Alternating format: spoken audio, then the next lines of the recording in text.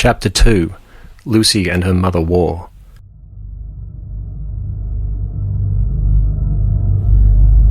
Lucy opened her eyes and held her breath.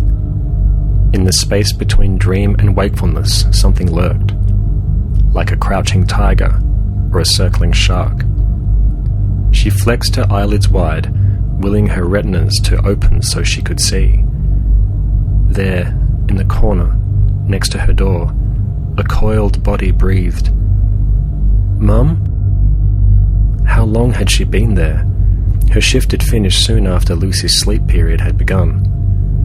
She could have been there all night, waiting for her daughter to wake, wondering what drill to spring upon her. "Get up, Lucinda," her mother intoned. Lieutenant Commander Hannah Gemini only called her daughter Lucinda when she meant to frighten her. Lucy clenched her stomach, balled her fingers into fists. "You've slept long enough, my girl." "It's induction day, Mum," Lucy started. "Our birthday." "So?" asked the shadow in the corner. "Will a celebration stop a meteor shower ripping through the hull? Will a date on the calendar keep the life support running?" "No," her daughter replied, "but I need to be sharp for school. I want to make a good start." "This is your good start. On your feet." Her mother lunged across the room. Lucy slid out from under her, over the edge of the bed. Hannah flung Lucy's blanket over her like a net and tackled her daughter to the ground. "You think marks are all you need to survive in this world?" she seethed through the fabric. "Do you know how many people get a promotion one day, only to get kicked down an elevator shaft the next by the crewmen who wanted that same job?" Lucy writhed under the blanket, trying to shift her mother's weight from her shoulders. She reached through the folds and grabbed Hannah's wrist. It was like touching a live wire. A fatal current of fear and anger tremored under her mother's skin. "Do you know how many of your classmates aren't their father's children, whose mothers were too weak to fight off a troll from maintenance or a snake from admiralty?" Lucy didn't answer.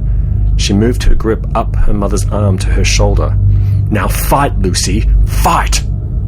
Lucy made her fingers rigid and stabbed up at her mother's throat.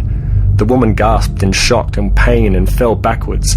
Lucy rolled out from under her and in the same motion wrapped the blanket around her mother's neck and twisted it.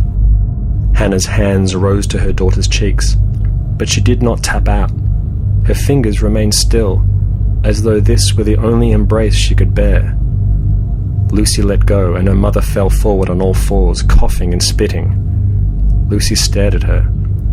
She dare not touch her or ask if she was all right. Her concern would only be mocked, and that hurt more than punches. Gradually, Hannah gained her breath and sat back against the bed. She pulled her sweat-slick hair away from her face to reveal a smile. She pointed at her daughter. "That's the spirit," she said.